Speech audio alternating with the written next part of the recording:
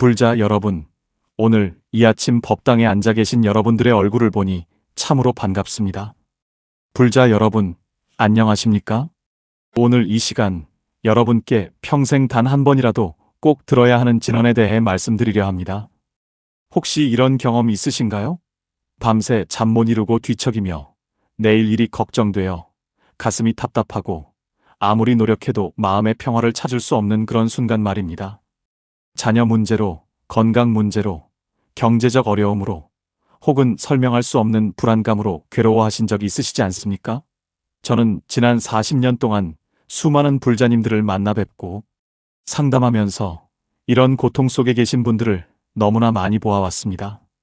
부산에서 오신 67세 김보살님은 말씀하셨습니다. 스님, 저는 평생 착하게 살려고 노력했는데 왜 이렇게 고통만 계속되는지 모르겠습니다. 대구에서 오신 72세 박 거사님은 이렇게 고백하셨습니다. 요즘 건강도 안 좋고 자식들과도 마음이 안 맞고 살아갈 의미를 잃어버린 것 같습니다. 정말 가슴 아픈 이야기들이었습니다. 그런데 놀라운 일이 일어났습니다. 이 두 분 모두 제가 오늘 말씀드릴 6글자 진언을 매일 염송하기 시작한 지 불과 몇 달 만에 완전히 달라지셨습니다. 김보살님은 다시 찾아오셔서 이렇게 말씀하셨습니다. 스님, 제 마음에 평화가 찾아왔습니다. 세상이 달라 보입니다. 박 거사님은 눈물을 흘리시며 감사 인사를 전하셨습니다. 이 진언이 제 인생을 구했습니다. 도대체 무슨 진언이기에 이런 기적 같은 변화를 가져온 걸까요? 바로 옴마니 padme hum입니다. 티베트어로 옴마니 파드메 훔, 산스크리트어로 옴마니 파드메 훔이라고 발음하는 이 6글자 대명왕 진언은 1000개의 손과 1000개의 눈을 가진 관세음보살님의 핵심 진언입니다. 오늘 이 시간 저는 여러분께 4가지 중요한 진리를 말씀드리려 합니다. 첫째, 왜 이 진언을 평생 단 한 번이라도 들어야 하는지 그 근본 이유를 말씀드리겠습니다. 둘째, 이 진언의 각 글자가 담고 있는 깊은 의미와 우리 삶을 어떻게 변화시키는지 설명드리겠습니다. 셋째, 실제로 이 진언을 어떻게 수행하고 일상에 적용할 수 있는지 구체적인 방법을 알려드리겠습니다. 넷째, 이 진언을 통해 여러분이 경험하게 될 놀라운 변화와 축복에 대해 증언을 나누겠습니다. 이 4가지를 통해 여러분의 인생이 완전히 새로워지는 계기가 되시길 간절히 기원합니다. 그럼 이제 시작하겠습니다. 첫 번째로 말씀드릴 것은 왜 옴마니 padme hum을 평생 단 한 번이라도 들어야 하는지 그 근본 이유입니다. 여러분, 혹시 이런 생각 해보신 적이 있으신가요? 이 세상에는 수많은 불경과 진언이 있는데 왜 하필 이 6글자 진언이 그렇게 특별한가? 저도 처음 출가했을 때 같은 의문을 가졌습니다. 그런데 스승님께서 이렇게 말씀하셨습니다. 이 진언 속에는 84,000 법문이 모두 들어있느니라. 처음에는 이해하기 어려웠습니다. 어떻게 6글자 안에 부처님의 모든 가르침이 담길 수 있단 말입니까? 그런데 세월이 흐르고 수행이 깊어지면서 저는 그 의미를 조금씩 이해하게 되었습니다. 천수경에 이런 말씀이 있습니다.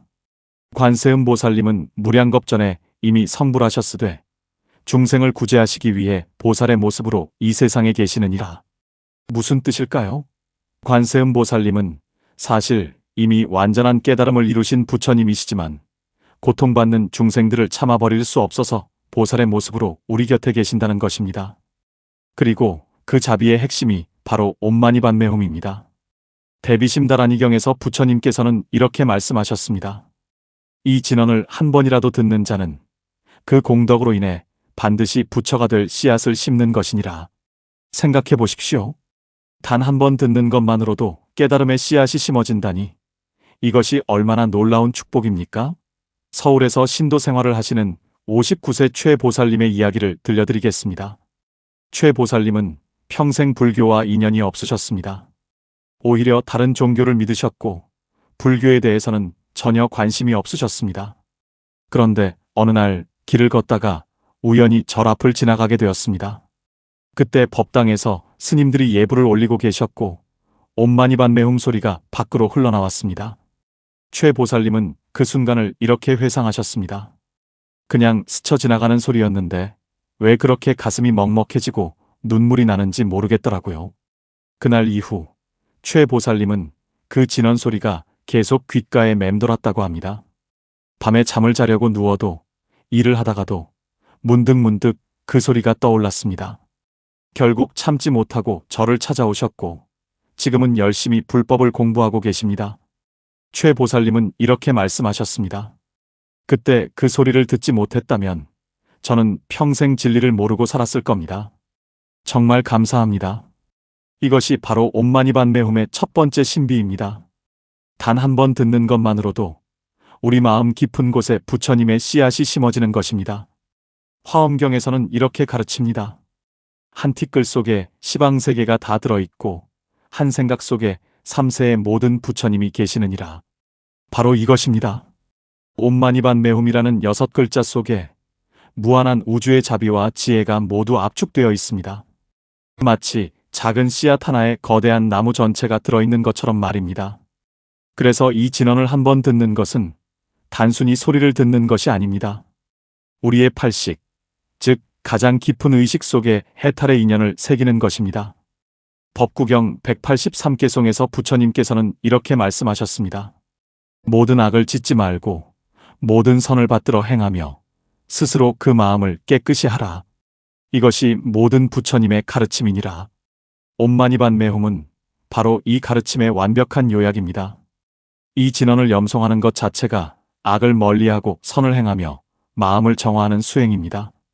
광주에서 오신 65세 정거사님의 경험담을 들려드리겠습니다. 정거사님은 젊은 시절 사업을 하시면서 많은 실수를 하셨습니다.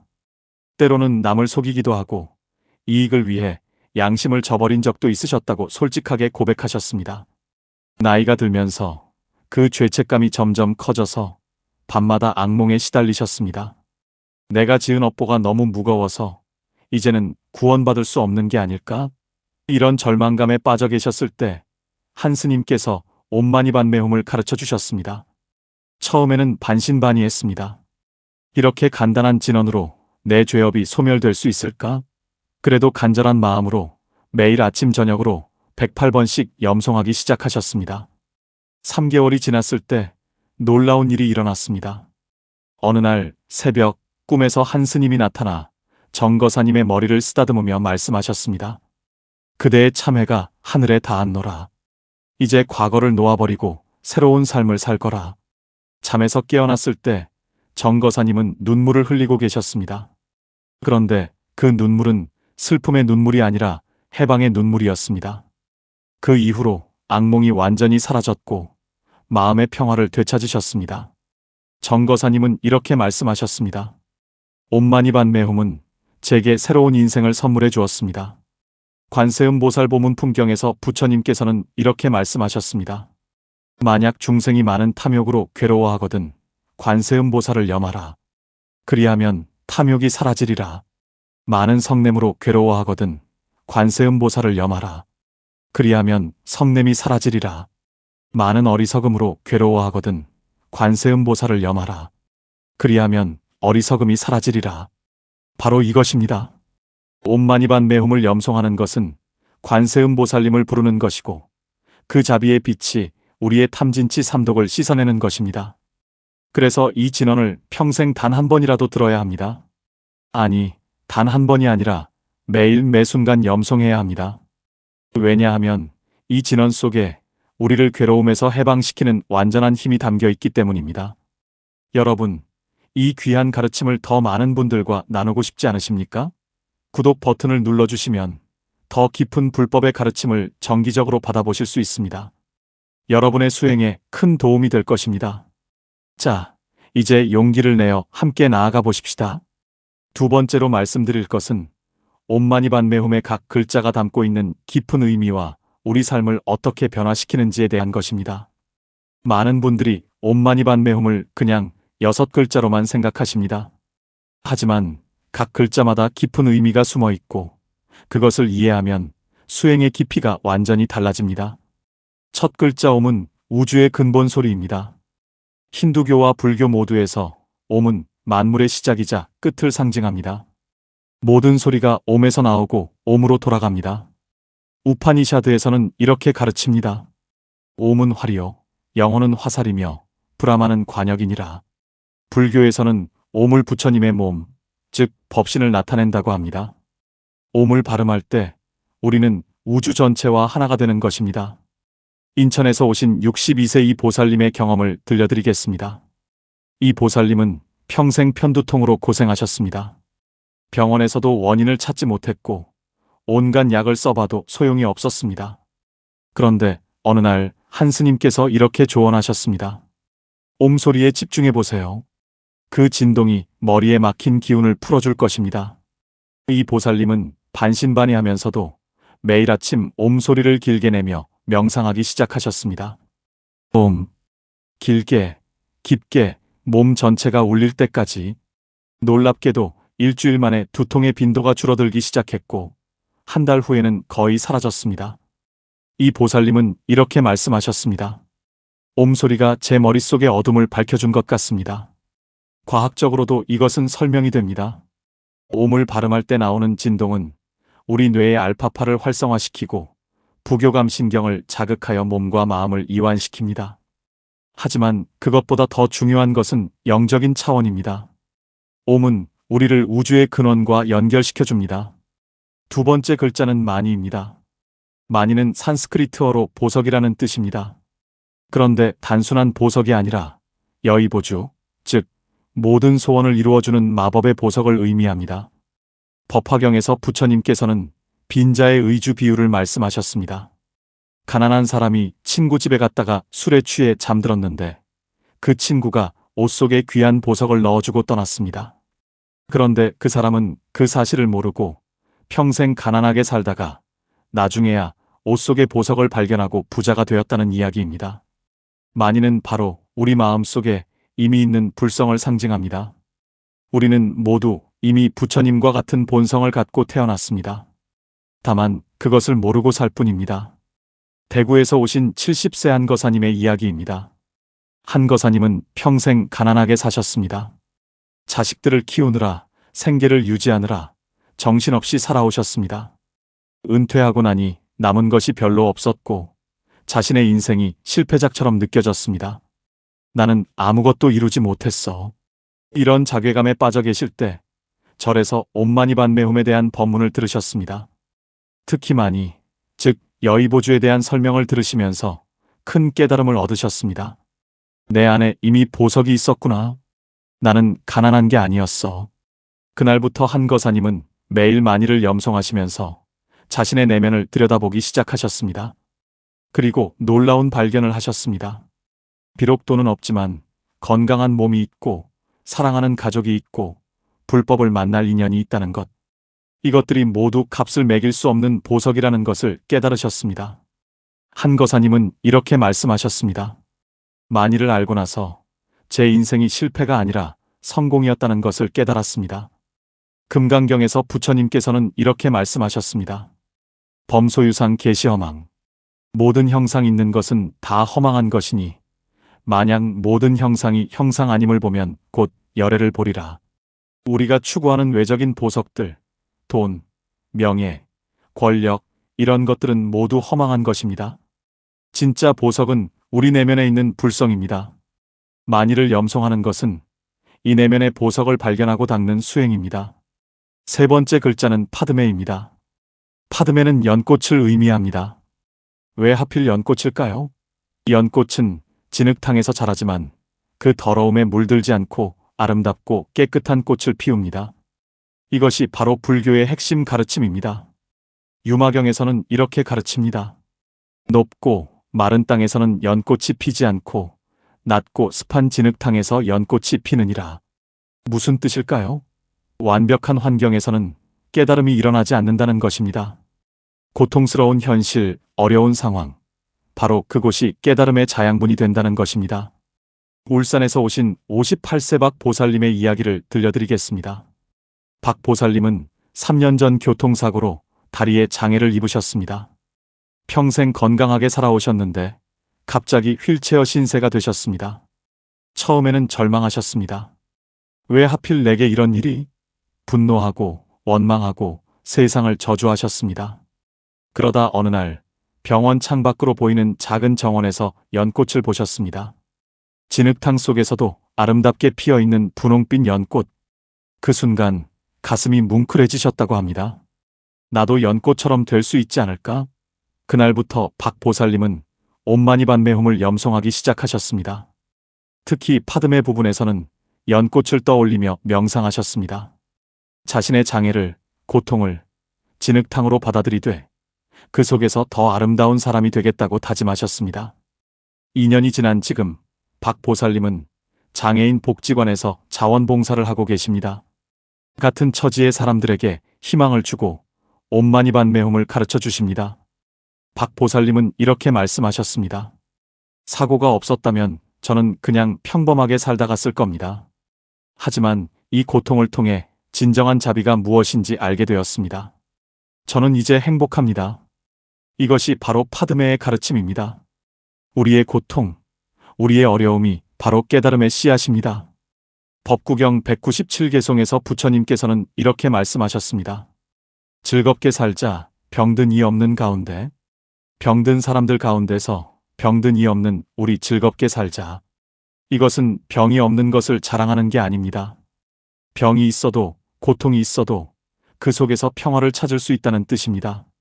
파드메를 염송하는 것은 우리의 진흙탕 같은 삶을 연꽃으로 변화시키는 수행입니다. 네 번째 글자는 훔입니다. 훔은 깨달음의 씨앗을 의미합니다. 앞에 5글자가 씨앗을 심는 과정이라면 훔은 그 씨앗을 발화시키는 촉매제입니다. 대승기실론에서는 이렇게 가르칩니다. 일념이 곧 일체법이요. 일체법이 곧 일념이니라. 한 생각이 모든 것을 바꿀 수 있습니다. 훔은 바로 그 결정적인 한 생각, 깨달음의 순간을 상징합니다. 전주에서 오신 68세 송거사님의 체험담입니다. 송거사님은 평생 불교를 공부하셨지만 늘 뭔가 부족한 느낌이 있으셨습니다. 경전도 많이 읽고 절에도 열심히 다니고 염불도 많이 하셨지만 진정한 깨달음은 없었습니다. 머리로는 이해가 되는데 가슴으로는 와닿지 않는 그런 답답함이 있으셨습니다. 그러던 어느 날 새벽 예불을 마치고 홀로 법당에 앉아 계셨습니다. 창문으로 햇살이 들어오고 먼지가 그 빛 속에서 춤을 추고 있었습니다. 그때 문득 옴마니반메홈을 염송하셨는데 훔 소리를 내는 순간 모든 것이 멈춘 것 같았습니다. 시간도 공간도 자신도 세계도 모두 사라지고 오직 그 한 소리만 남았습니다. 훔. 그 순간 송거사님은 알았습니다. 아무것도 설명할 수 없지만 모든 것을 아는 그 느낌. 눈물이 흘러내렸습니다. 얼마나 시간이 지났는지 모르지만 정신을 차렸을 때 햇살은 이미 높이 올라와 있었습니다. 송거사님은 이렇게 말씀하셨습니다. 그날 이후로 제 삶이 완전히 달라졌습니다. 모든 것이 같은데 모든 것이 다릅니다. 이것이 훔의 힘입니다. 순간의 깨달음, 도노, 돈에 부딪히는 순간의 각성입니다. 육조단경에서 육조해능 대사께서는 이렇게 말씀하셨습니다. 보리본무수 명경역비대 본래 무일물 하처야지네.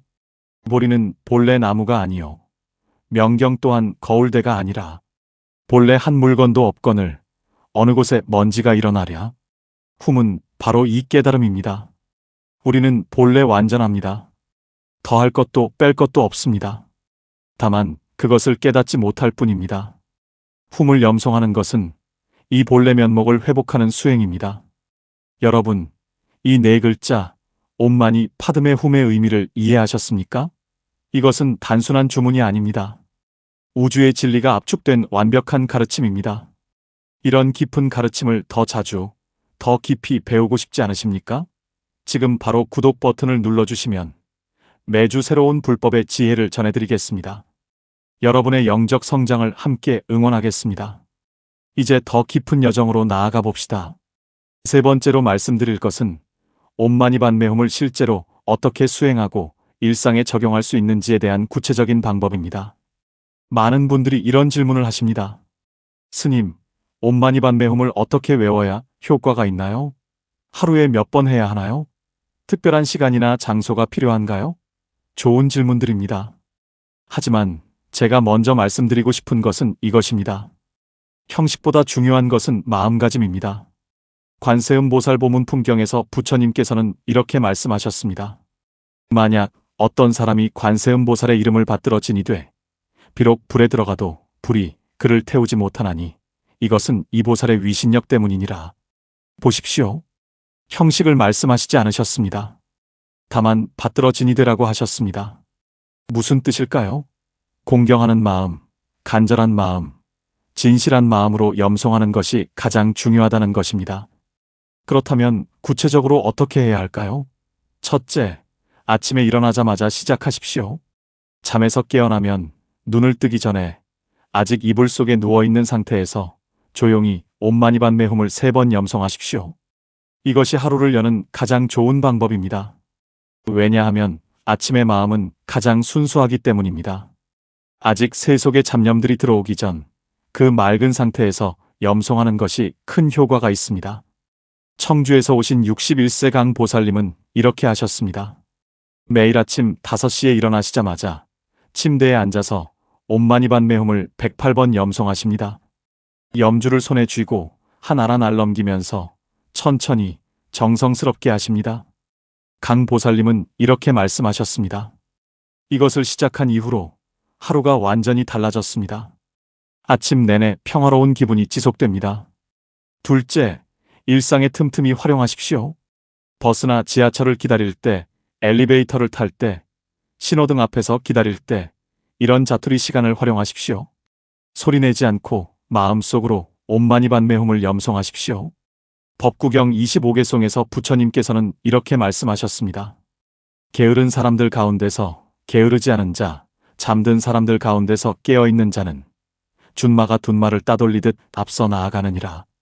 다른 사람들이 멍하니 시간을 보낼 때 여러분은 수행하는 것입니다. 이것이 바로 남들보다 앞서 나아가는 길입니다. 제주도에서 오신 64세 양거사님의 경우를 들려드리겠습니다. 양거사님은 택시 기사이십니다. 하루 종일 운전하시면서 손님을 태우고 내리는 반복적인 일을 하십니다. 처음에는 이 일이 너무 지루하고 의미 없게 느껴졌습니다. 그런데 한 스님께서 조언하셨습니다. 운전하면서 옴마니반메 홈을 염송하세요. 그러면 운전이 수행이 됩니다. 양거사님은 그날부터 실천하셨습니다. 손님이 없을 때, 신호를 기다릴 때, 정체 구간에서 계속 마음속으로 옴마니반메 홈을 염송하셨습니다. 놀라운 변화가 일어났습니다. 예전에는 다른 운전자들의 난폭 운전에 화를 냈는데 이제는 평정심을 유지하게 되었습니다. 예전에는 피곤하고 짜증났는데 이제는 하루가 즐겁습니다. 손님들도 느꼈는지 기사님은 뭔가 다르시네요. 차 안이 편안합니다 라는 말을 자주 듣습니다. 양거사님은 이렇게 말씀하셨습니다. 제 택시가 관세음보살님의 도량이 된 것 같습니다.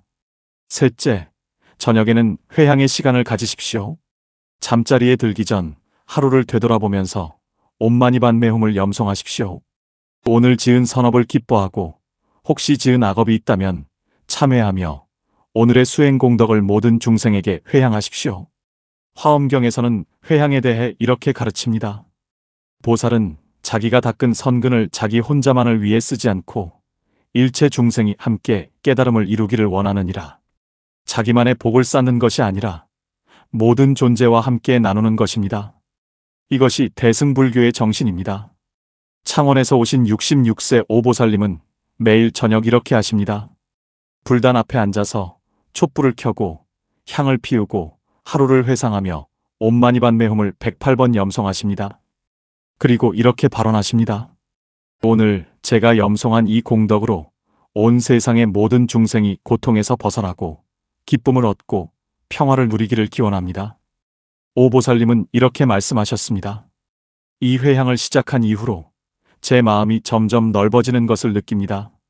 예전에는 제 가족만 걱정했는데 이제는 이웃, 나라, 전 세계를 위해 기도하게 됩니다. 넷째, 특별한 순간에는 더욱 간절히 염송하십시오. 두려움에 빠졌을 때, 화가 날 때, 슬플 때, 외로울 때, 이럴 때 즉시 옴마니반메 홈을 염송하십시오. 관세음보살 보문 품경에서 부처님께서는 이렇게 말씀하셨습니다. 중생이 고통을 받을 때 관세음보살을 부르면 보살께서 즉시 그 소리를 듣고 구원하시느니라. 포항에서 오신 63세 윤보살님의 실제 경험입니다. 윤보살님은 작년에 유방암 진단을 받으셨습니다. 의사는 수술이 필요하다고 했고 윤보살님은 큰 두려움에 빠지셨습니다. 수술 전날 밤 잠을 이룰 수 없었습니다. 내일 수술대에 오르면 어떻게 될까? 혹시 죽는 건 아닐까? 온갖 두려운 생각들이 밀려왔습니다. 그때 문득 옴마니반메훔이 떠올랐습니다. 윤보살님은 밤새 옴마니반메훔을 염송하셨습니다. 처음에는 두려움에 떨면서 염송했지만 점점 마음이 고요해지기 시작했습니다. 새벽이 되었을 때 윤보살님은 완전히 평화로운 상태가 되어 있었습니다. 수술실로 들어갈 때도 마취되기 전까지도 계속 옴마니반메훔을 염송하셨습니다. 수술은 성공적이었고 회복도 빨랐습니다. 의료진이 놀랄 정도였습니다. 윤보살님은 이렇게 말씀하셨습니다. 옴마니반메훔이 저를 살렸습니다. 두려움을 이겨낼 힘을 주었습니다. 다섯째, 다른 사람들과 함께 염송하십시오. 혼자 하는 수행도 좋지만 여럿이 함께하면 그 힘이 배가 됩니다. 법구경 61개송에서 부처님께서는 이렇게 말씀하셨습니다. 만약 좋은 벗을 만나지 못하거든 차라리 혼자서 가라. 어리석은 자와는 사귀지 말라. 하지만 좋은 벗, 즉 선지식을 만나면 함께 가는 것이 훨씬 좋습니다. 마산에서 오신 69세 임거사님은 매주 일요일 아침 같은 아파트 단지에 사는 불자 5분과 함께 모이십니다. 한 분의 집에 모여서 1시간 동안 함께 옴마니반메훔을 염송하십니다. 처음에는 각자 조용히 하다가 점차 소리를 높여서 마지막에는 모두가 하나의 소리가 되어 염송합니다. 임거사님은 이렇게 말씀하셨습니다. 혼자 할 때는 힘들고 지루할 때도 있는데 함께하면 서로 힘이 됩니다. 그리고 그 에너지가 정말 놀랍습니다. 육조단경에서 해능대사께서는 이렇게 말씀하셨습니다. 미혹하면 스승을 만나도 스승이 아니요 깨달으면 스승이 없어도 스승을 만나느니라. 하지만 우리는 아직 완전히 깨닫지 못했기에 함께 수행하는 도반들이 큰 힘이 됩니다. 여섯째, 염송할 때 시각화를 함께 하십시오. 단순히 소리만 내는 것이 아니라 관세음보살님의 모습을 마음속으로 그리십시오. 1000개의 손과 1000개의 눈을 가진 자비로운 모습 또는 흰 옷을 입고 연꽃 위에 앉아 계신 모습을 떠올리십시오. 관세음보살 수기경에서는 이렇게 가르칩니다. 관세음보살을 관하고자 하는 자는 먼저 그 형상을 보고 그 다음에 그 이름을 불러야 하느니라. 수원에서 오신 60세조 보살님은 이렇게 하십니다. 옴을 염송할 때는 우주의 흰 빛이 정수리로 들어오는 것을 상상하십니다. 만일을 염송할 때는 가슴 한가운데에 빛나는 보석이 있다고 상상하십니다. 파드메를 염송할 때는 그 보석에서 연꽃이 피어나는 것을 상상하십니다. 훔을 염송할 때는 그 연꽃에서 무한한 빛이 퍼져나가 온 세상을 밝히는 것을 상상하십니다. 조보살님은 이렇게 말씀하셨습니다. 이렇게 시각화하면서 염송하면 훨씬 더 집중이 잘 되고 효과도 큽니다. 일곱째, 일상의 모든 행위를 염송과 연결하십시오. 밥을 먹을 때 옴마니반메훔, 걸을 때 옴마니반메훔, 설거지할 때 옴마니반메훔. 이렇게 생활 자체가 수행이 되도록 하십시오. 선각위감에서는 이렇게 가르칩니다. 행주좌와 어묵동정이 다 선정이니라. 앉고 눕고 말하고 침묵하는 모든 것이 선정입니다. 안동에서 오신 67세 최거사님은 정말 놀라운 분이십니다. 하루 종일 무엇을 하든지 마음속으로 옴마니반메훔을 계속 염송하십니다. 처음에는 의식적으로 해야 했지만 이제는 자동으로 됩니다. 마치 심장이 저절로 뛰듯이 옴마니반메훔이 저절로 흐릅니다. 최거사님은 이렇게 말씀하셨습니다. 이제 제 호흡 자체가 옴마니반메훔입니다. 숨을 들이쉬면 옴마니, 숨을 내쉬면 반메훔입니다. 이것이 바로 최고의 경지입니다. 금강경에서 부처님께서는 이렇게 말씀하셨습니다. 범소유상 계시허망. 모든 형상 있는 것은 다 허망한 것이니 만약 모든 형상이 형상 아님을 보면 곧 열애를 보리라. 우리가 추구하는 외적인 보석들, 돈, 명예, 권력 이런 것들은 모두 허망한 것입니다. 진짜 보석은 우리 내면에 있는 불성입니다. 만일을 염송하는 것은 이 내면의 보석을 발견하고 닦는 수행입니다. 세 번째 글자는 파드메입니다. 파드메는 연꽃을 의미합니다. 왜 하필 연꽃일까요? 연꽃은 진흙탕에서 자라지만 그 더러움에 물들지 않고 아름답고 깨끗한 꽃을 피웁니다. 이것이 바로 불교의 핵심 가르침입니다. 유마경에서는 이렇게 가르칩니다. 높고 마른 땅에서는 연꽃이 피지 않고 낮고 습한 진흙탕에서 연꽃이 피느니라. 무슨 뜻일까요? 완벽한 환경에서는 깨달음이 일어나지 않는다는 것입니다. 고통스러운 현실, 어려운 상황, 바로 그곳이 깨달음의 자양분이 된다는 것입니다. 울산에서 오신 58세 박 보살님의 이야기를 들려드리겠습니다. 박 보살님은 3년 전 교통사고로 다리에 장애를 입으셨습니다. 평생 건강하게 살아오셨는데 갑자기 휠체어 신세가 되셨습니다. 처음에는 절망하셨습니다. 왜 하필 내게 이런 일이?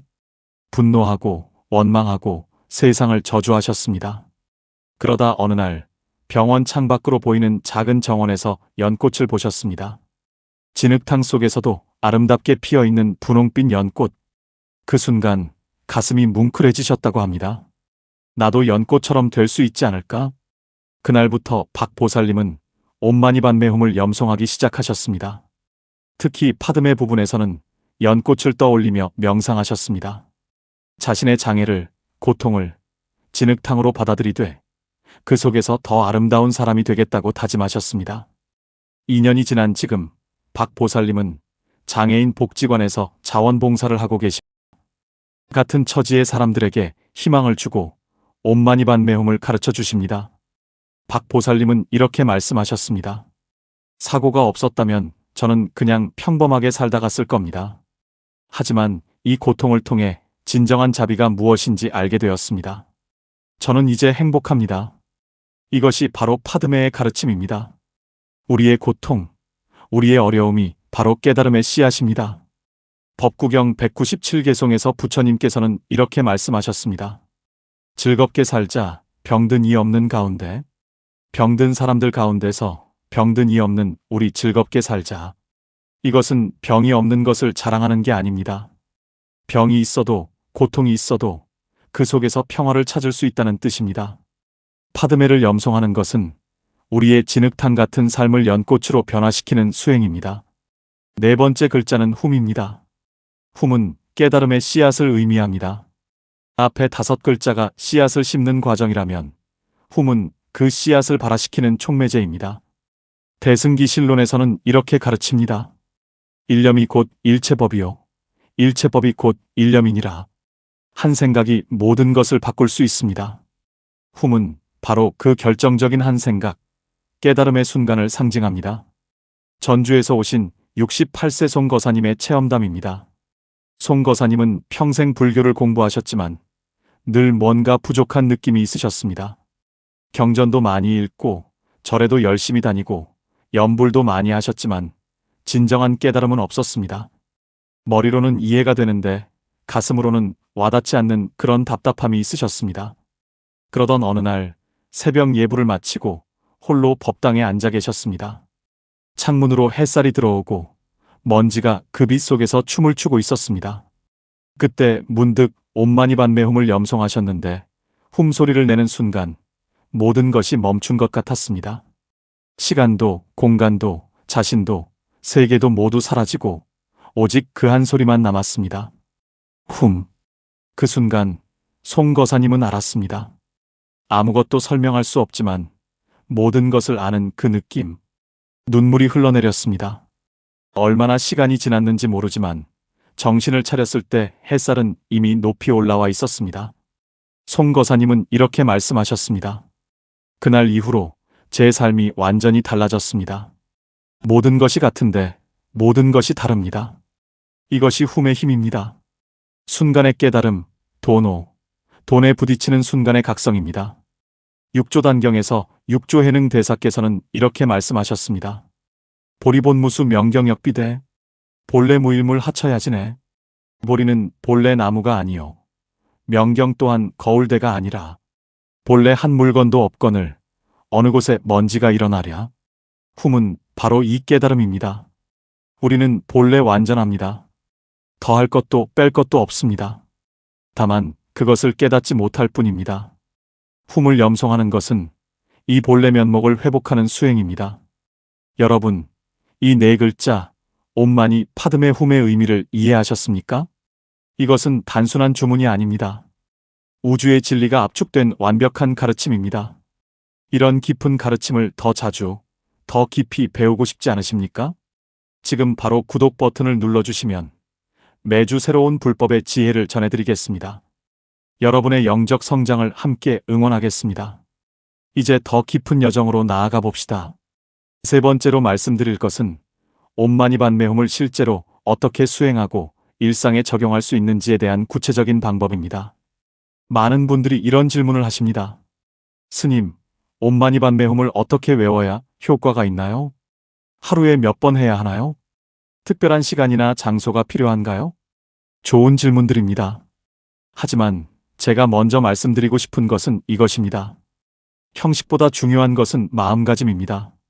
관세음 보살보문 품경에서 부처님께서는 이렇게 말씀하셨습니다. 만약 어떤 사람이 관세음 보살의 이름을 받들어 지니되 비록 불에 들어가도 불이 그를 태우지 못하나니 이것은 이 보살의 위신력 때문이니라. 보십시오. 형식을 말씀하시지 않으셨습니다. 다만 받들어 지니되라고 하셨습니다. 무슨 뜻일까요? 공경하는 마음, 간절한 마음, 진실한 마음으로 염송하는 것이 가장 중요하다는 것입니다. 그렇다면 구체적으로 어떻게 해야 할까요? 첫째, 아침에 일어나자마자 시작하십시오. 잠에서 깨어나면 눈을 뜨기 전에 아직 이불 속에 누워있는 상태에서 조용히 옴마니반메 hum을 3번 염송하십시오. 이것이 하루를 여는 가장 좋은 방법입니다. 왜냐하면 아침의 마음은 가장 순수하기 때문입니다. 아직 새 속에 잡념들이 들어오기 전 그 맑은 상태에서 염송하는 것이 큰 효과가 있습니다. 청주에서 오신 61세 강 보살님은 이렇게 하셨습니다. 매일 아침 5시에 일어나시자마자 침대에 앉아서 옴마니반메 hum을 108번 염송하십니다. 염주를 손에 쥐고 하나하나 날 넘기면서 천천히 정성스럽게 하십니다. 강 보살님은 이렇게 말씀하셨습니다. 이것을 시작한 이후로 하루가 완전히 달라졌습니다. 아침 내내 평화로운 기분이 지속됩니다. 둘째, 일상에 틈틈이 활용하십시오. 버스나 지하철을 기다릴 때, 엘리베이터를 탈 때, 신호등 앞에서 기다릴 때 이런 자투리 시간을 활용하십시오. 소리내지 않고 마음속으로 옴마니반메 hum을 염송하십시오. 법구경 25개송에서 부처님께서는 이렇게 말씀하셨습니다. 게으른 사람들 가운데서 게으르지 않은 자, 잠든 사람들 가운데서 깨어있는 자는 준마가 둔마를 따돌리듯 앞서 나아가느니라. 다른 사람들이 멍하니 시간을 보낼 때 여러분은 수행하는 것입니다. 이것이 바로 남들보다 앞서 나아가는 길입니다. 제주도에서 오신 64세 양거사님의 경우를 들려드리겠습니다. 양거사님은 택시 기사이십니다. 하루 종일 운전하시면서 손님을 태우고 내리는 반복적인 일을 하십니다. 처음에는 이 일이 너무 지루하고 의미 없게 느껴졌습니다. 그런데 한 스님께서 조언하셨습니다. 운전하면서 옴마니반메 hum을 염송하세요. 그러면 운전이 수행이 됩니다. 양거사님은 그날부터 실천하셨습니다. 손님이 없을 때, 신호를 기다릴 때, 정체 구간에서 계속 마음속으로 옴마니반메 hum을 염송하셨습니다. 놀라운 변화가 일어났습니다. 예전에는 다른 운전자들의 난폭 운전에 화를 냈는데 이제는 평정심을 유지하게 되었습니다. 예전에는 피곤하고 짜증났는데 이제는 하루가 즐겁습니다. 손님들도 느꼈는지 기사님은 뭔가 다르시네요. 차 안이 편안합니다 라는 말을 자주 듣습니다. 양거사님은 이렇게 말씀하셨습니다. 제 택시가 관세음 보살님의 도량이 된 것 같습니다. 셋째, 저녁에는 회향의 시간을 가지십시오. 잠자리에 들기 전 하루를 되돌아보면서 옴마니반메 hum을 염송하십시오. 오늘 지은 선업을 기뻐하고 혹시 지은 악업이 있다면 참회하며 오늘의 수행 공덕을 모든 중생에게 회향하십시오. 화엄경에서는 회향에 대해 이렇게 가르칩니다. 보살은 자기가 닦은 선근을 자기 혼자만을 위해 쓰지 않고 일체 중생이 함께 깨달음을 이루기를 원하느니라. 자기만의 복을 쌓는 것이 아니라 모든 존재와 함께 나누는 것입니다. 이것이 대승불교의 정신입니다. 창원에서 오신 66세 오보살님은 매일 저녁 이렇게 하십니다. 불단 앞에 앉아서 촛불을 켜고 향을 피우고 하루를 회상하며 옴마니반메 홈을 108번 염송하십니다. 그리고 이렇게 발언하십니다. 오늘 제가 염송한 이 공덕으로 온 세상의 모든 중생이 고통에서 벗어나고 기쁨을 얻고 평화를 누리기를 기원합니다. 오보살님은 이렇게 말씀하셨습니다.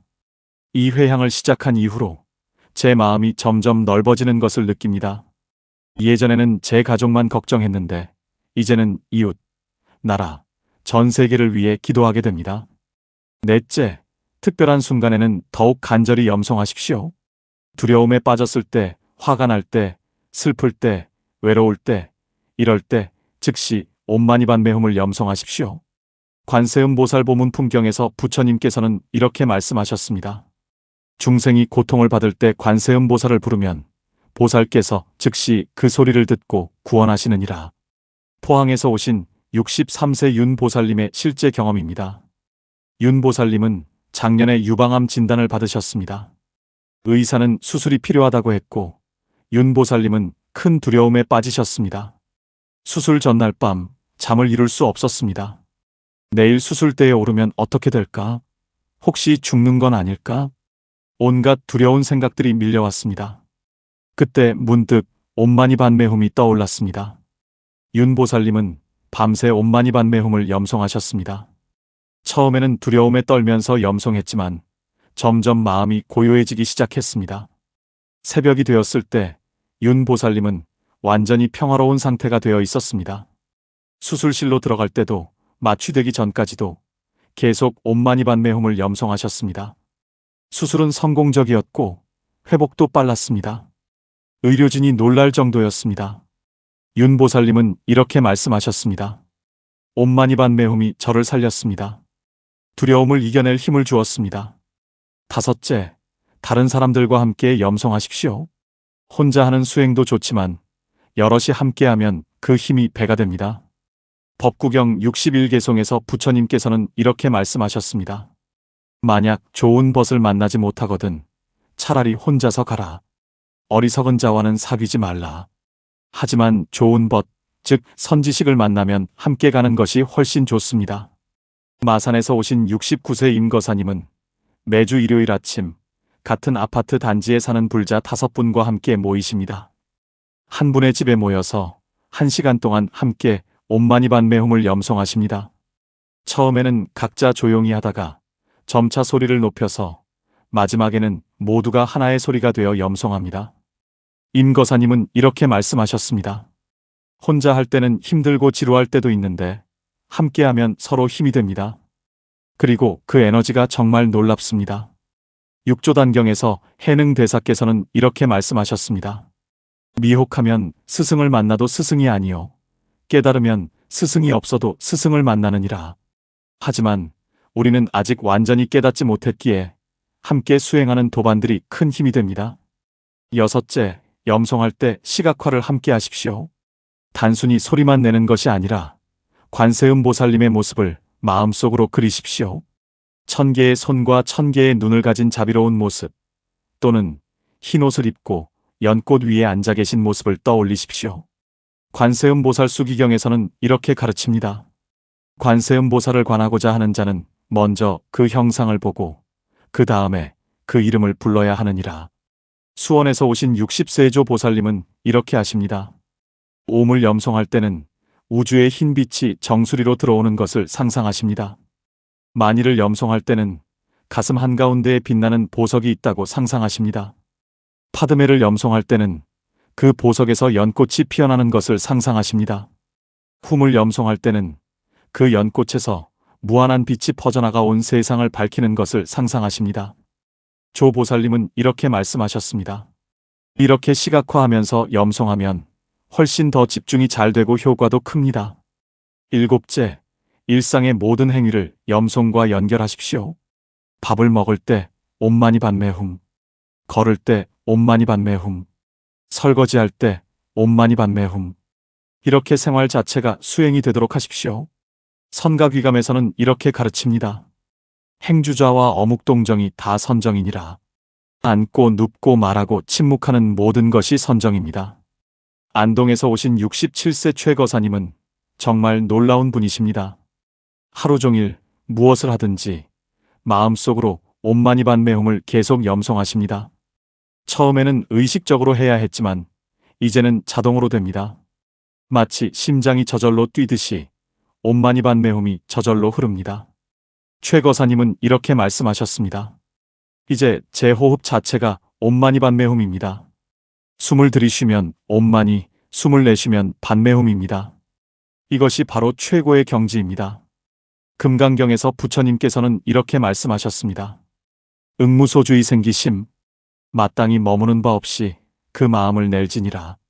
어디에도 집착하지 않고 모든 순간이 청정한 마음으로 가득한 상태입니다. 여러분, 이 7가지 방법을 모두 실천하실 필요는 없습니다. 여러분의 상황에 맞게 할 수 있는 것부터 시작하십시오. 중요한 것은 꾸준함입니다. 하루 100번보다 매일 10번이 낫습니다. 이런 구체적이고 실용적인 수행법을 더 배우고 싶으시다면 지금 구독해 주십시오. 매주 새로운 수행 방법과 깊은 가르침을 전해드리겠습니다. 여러분의 수행 여정에 동행하겠습니다. 이제 마지막 여정으로 들어가겠습니다. 네 번째로 말씀드릴 것은 옴마니반메홈을 통해 여러분이 경험하게 될 놀라운 변화와 축복에 대한 실제 증언들입니다. 여러분, 이론은 이제 충분합니다. 실제로 무슨 일이 일어나는지 보고 들으셔야 합니다. 지난 30년 동안 저는 수천 명의 불자님들이 옴마니반메홈을 통해 삶이 변화하는 것을 목격했습니다. 오늘은 그중 가장 감동적인 사례들을 나누고자 합니다. 첫 번째 축복은 신체적 치유입니다. 부산에서 오신 71세 김보살님의 이야기입니다. 김보살님은 15년 동안 만성불면증으로 고생하셨습니다. 하루에 2~3시간밖에 잠을 못 주무시고 수면제를 먹어도 효과가 없었습니다. 병원을 전전하고 한의원도 다녀보고 온갖 방법을 다 써봤지만 소용이 없었습니다. 그러다 1년 전 한 스님께서 옴마니반메홈을 가르쳐 주셨습니다. 잠들기 전에 침대에 누워서 아주 천천히, 아주 부드럽게 염송해 보세요. 김보살님은 그날 밤부터 실천하셨습니다. 옴마니반메홈, 옴마니반메홈, 옴마니반메홈. 신기하게도 염송을 하면서 마음이 고요해지는 것을 느꼈습니다. 첫날 밤에는 5시간을 주무셨습니다. 15년 만에 처음으로 깊은 잠을 잤습니다. 일주일 후에는 7시간, 한 달 후에는 정상적으로 주무실 수 있게 되었습니다. 김보살님은 눈물을 흘리며 이렇게 말씀하셨습니다. 15년 동안 잃어버렸던 평화를 되찾았습니다. 이제 매일 밤 잠드는 것이 행복합니다. 약사경에서 부처님께서는 이렇게 말씀하셨습니다. 약사유리광 열애의 명호를 듣고 받들어지니면 모든 병고에서 벗어나느니라. 관세음 보살님의 진언도 같은 효과가 있습니다. 우리 몸과 마음은 하나로 연결되어 있기 때문입니다. 마음이 평화로우면 몸도 치유됩니다. 두 번째 축복은 정서적 안정입니다. 서울에서 오신 56세 이 보살님의 경우입니다. 이 보살님은 4년 전 남편과 이혼하셨습니다. 30년을 함께 살았던 사람과 헤어지는 것은 정말 고통스러운 일이었습니다. 우울증에 빠지셨고 자살 충동까지 느끼셨습니다. 내 인생은 이제 끝났어.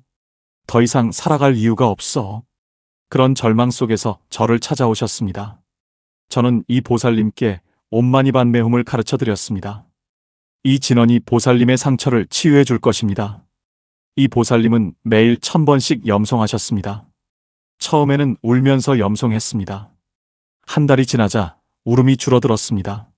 석 달이 지나자 웃을 수 있게 되었습니다. 1년이 지난 지금 이 보살님은 완전히 다른 사람이 되셨습니다. 봉사활동도 하시고 다른 사람들을 돕는 일도 하십니다. 이 보살님은 이렇게 말씀하셨습니다. 이혼이 끝이 아니라 새로운 시작이었습니다. 옴마니반메홈이 저에게 제2의 인생을 선물했습니다.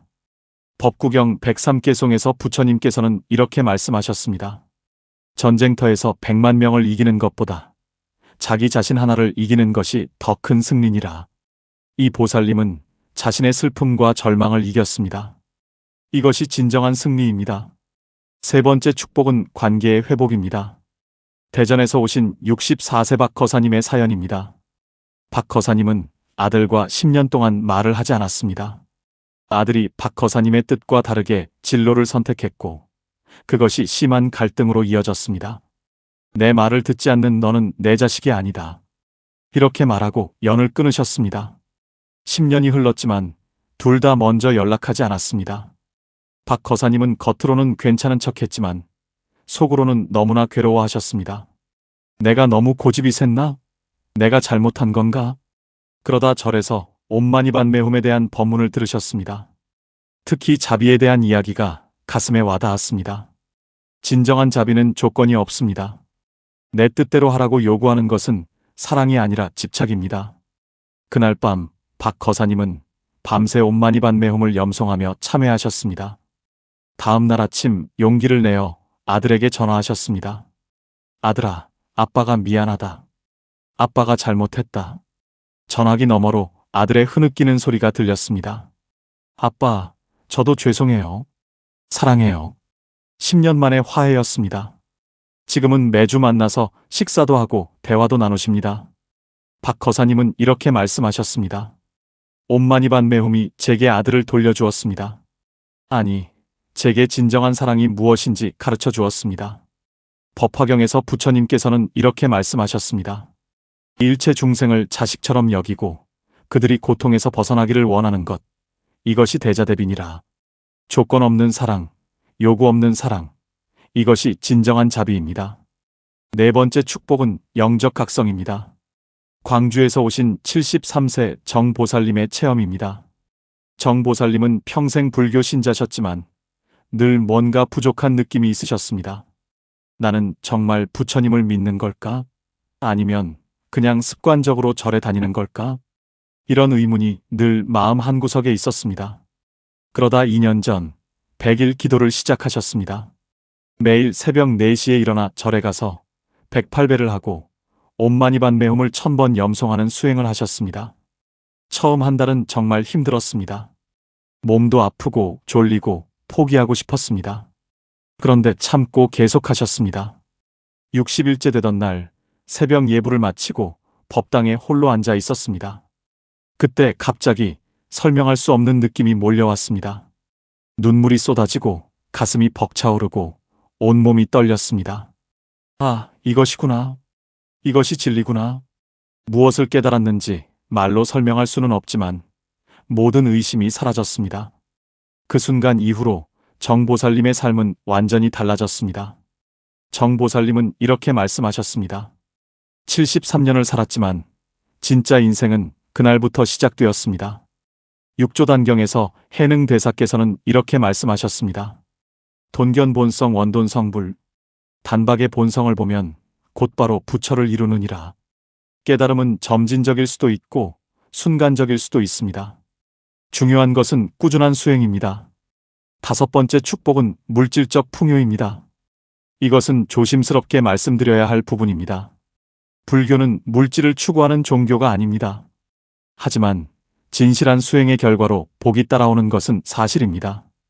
대구에서 오신 58세 최 보살님의 경우입니다. 최 보살님은 작은 식당을 운영하셨는데 사업이 잘 안 되어서 문을 닫을 위기에 처하셨습니다. 빚도 많고 가족들도 힘들어하고 정말 막막한 상황이었습니다. 그때 한 스님께서 조언하셨습니다. 욕심을 내려놓고 손님 한 분 한 분을 부처님처럼 모시세요. 그리고 옴마니반 매홈을 염송하세요. 최 보살님은 그날부터 마음을 바꾸셨습니다. 돈을 벌려는 마음보다 좋은 음식으로 사람들을 행복하게 만들려는 마음으로 일하셨습니다. 주방에서 요리할 때도 계산대에 앉아 계실 때도 계속 마음속으로 옴마니반 매홈을 염송하셨습니다. 신기한 일이 일어났습니다. 손님들이 여기 음식은 다른 데와 달라요. 정성이 느껴져요라고 말하기 시작했습니다.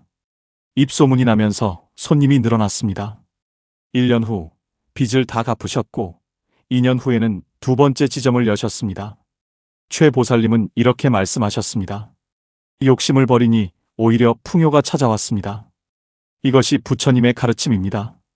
금강경에서 부처님께서는 이렇게 말씀하셨습니다. 보살은 마땅히 이와 같이 보시할지니 상에 집착하지 말라. 집착 없이 베풀 때 오히려 더 큰 복이 돌아옵니다. 여섯 번째 축복은 임종의 평화입니다. 이것은 가장 중요한 축복입니다. 수원에서 오신 한 가족의 이야기입니다. 78세의 할머니께서 암말기 판정을 받으셨습니다. 의사는 몇 개월밖에 남지 않았다고 했습니다. 가족들은 절망했지만 할머니는 놀랍게도 평온하셨습니다. 할머니는 평생 옴마니반 매움을 염송하며 사신 분이셨습니다. 병원 침대에 누워서도 고통 속에서도 계속 옴마니반 매움을 염송하셨습니다. 마지막 날 가족들이 모두 모였을 때 할머니께서 말씀하셨습니다. 두려워하지 마라. 나는 평화롭다. 관세음 보살님이 오셨다. 그리고 조용히 숨을 거두셨습니다. 얼굴에는 미소가 있었고 방 안에는 은은한 향기가 감돌았다고 합니다. 가족들은 슬펐지만 동시에 위로받았습니다. 할머니께서 좋은 곳으로 가셨다는 것을 알 수 있었기 때문입니다. 손자분은 이렇게 말씀하셨습니다. 할머니께서 옴마니반 매움으로 평생을 사셨고 그것이 아름다운 죽음으로 이어졌습니다. 저도 이제 옴마니반 매움을 염송합니다. 아미타경에서 부처님께서는 이렇게 말씀하셨습니다. 임종시에 아미타불을 염하면 극락정토에 왕생하느니라. 관세음 보살님의 진언도 같은 효과가 있습니다. 일곱 번째 축복은 다음 생의 보장입니다. 이것은 눈으로 볼 수 없는 축복이지만 경전에서는 분명히 말씀하고 있습니다. 대비심다라니경에서 부처님께서는 이렇게 말씀하셨습니다. 이 진언을 염송하는 자는 15가지 좋은 생을 얻고 15가지 나쁜 죽음을 면하느니라. 좋은 생이란 무엇입니까? 좋은 가정에 태어나고 건강한 몸을 받고 불법을 만날 인연을 갖는 것입니다. 나쁜 죽음을 면한다는 것은 무엇입니까? 사고로 죽거나 질병으로 고통받거나 악도에 떨어지지 않는다는 것입니다. 우리는 지금 이 생만 사는 것이 아닙니다. 윤회의 수레바퀴는 계속 돌아갑니다. 그렇기에 다음 생을 준비하는 것이 현명합니다. 옴마니반 매움을 염송하는 것은 다음 생을 위한 최고의 투자입니다. 법구경 127개송에서 부처님께서는 이렇게 말씀하셨습니다. 하늘에도 공중에도 바다 가운데도 산속 동굴에도 이 세상 어느 곳에 가도 악업의 과보를 피할 곳은 없느니라. 하지만 반대로 선업의 과보도 어디든 따라옵니다. 옴마니반 매움의 공덕은 생생세세 여러분을 보호할 것입니다. 여러분, 이 7가지 축복을 들으시니 어떠십니까? 이것은 허황된 이야기가 아닙니다. 실제로 수많은 사람들이 경험한 진실입니다. 저 자신도 40년 넘게 옴마니반 매움과 함께 살아오면서 이 모든 축복을 경험했습니다. 여러분도 오늘부터 시작하십시오. 단 한 번이라도 좋습니다. 옴마니반 매움. 이 6글자가 여러분의 인생을 바꿀 것입니다. 지금까지 긴 시간 함께 해주셔서 감사합니다. 이제 오늘 말씀드린 4가지를 정리하겠습니다. 첫째, 옴마니반 매움을 평생 단 한 번이라도 들어야 하는 이유는 그 소리 하나가 우리 마음의 깨달음의 씨앗을 심기 때문입니다. 둘째, 옴마니 파드메 훔의 각 글자는 우주의 진리 내면의 보석, 고통 속의 깨달음, 그리고 순간의 각성을 상징하며 우리 삶을 완전히 변화시킵니다. 셋째, 아침에 일어나자마자 일상의 틈틈이, 저녁에 회양하며 특별한 순간에 간절히 다른 사람들과 함께 시각화하면서 모든 행위와 연결하여 수행할 수 있습니다. 넷째, 신체적 치유, 정서적 안정, 관계의 회복, 영적 각성, 물질적 풍요, 임종의 평화, 다음 생의 보장이라는 7가지 놀라운 축복을 경험하게 될 것입니다. 불자 여러분, 이제 선택은 여러분의 몫입니다. 오늘 들으신 이 가르침을 그냥 지나칠 것인가, 아니면 실천에 옮길 것인가? 저는 간절히 권합니다. 오늘 밤 잠자리에 들기 전에 단 3번만이라도 옴마니반 매움을 염송해 보십시오. 그리고 내일 아침 눈을 뜨자마자 다시 3번 염송해 보십시오. 이렇게 시작하시면 저절로 계속하게 될 것입니다. 왜냐하면 그 달콤함을, 그 평화를, 그 힘을 경험하게 되기 때문입니다. 여러분께서 이 영상이 도움이 되셨다면 좋아요 버튼을 눌러주시고 댓글로 여러분의 경험이나 다짐을 나눠주십시오. 그리고 이 귀한 가르침을 주변의 어려운 분들에게도 공유해 주십시오. 한 사람이라도 더 옴마니반메hum을 알게 된다면 그것이 바로 보살행입니다. 구독과 알림 설정도 부탁드립니다. 앞으로도 여러분의 수행에 도움이 되는 깊은 가르침들을 계속 전해드리겠습니다. 여러분 한 분 한 분이 행복하시기를, 건강하시기를, 평화로우시기를, 그리고 궁극적으로는 완전한 깨달음을 이루시기를 간절히 기원합니다. 옴마니반메hum. 관세음보살님의 무한한 자비가 여러분과 여러분의 가족, 그리고 이 세상 모든 중생에게 가득하기를 축원합니다. 나무 관세음보살, 나무 관세음보살, 나무 관세음보살.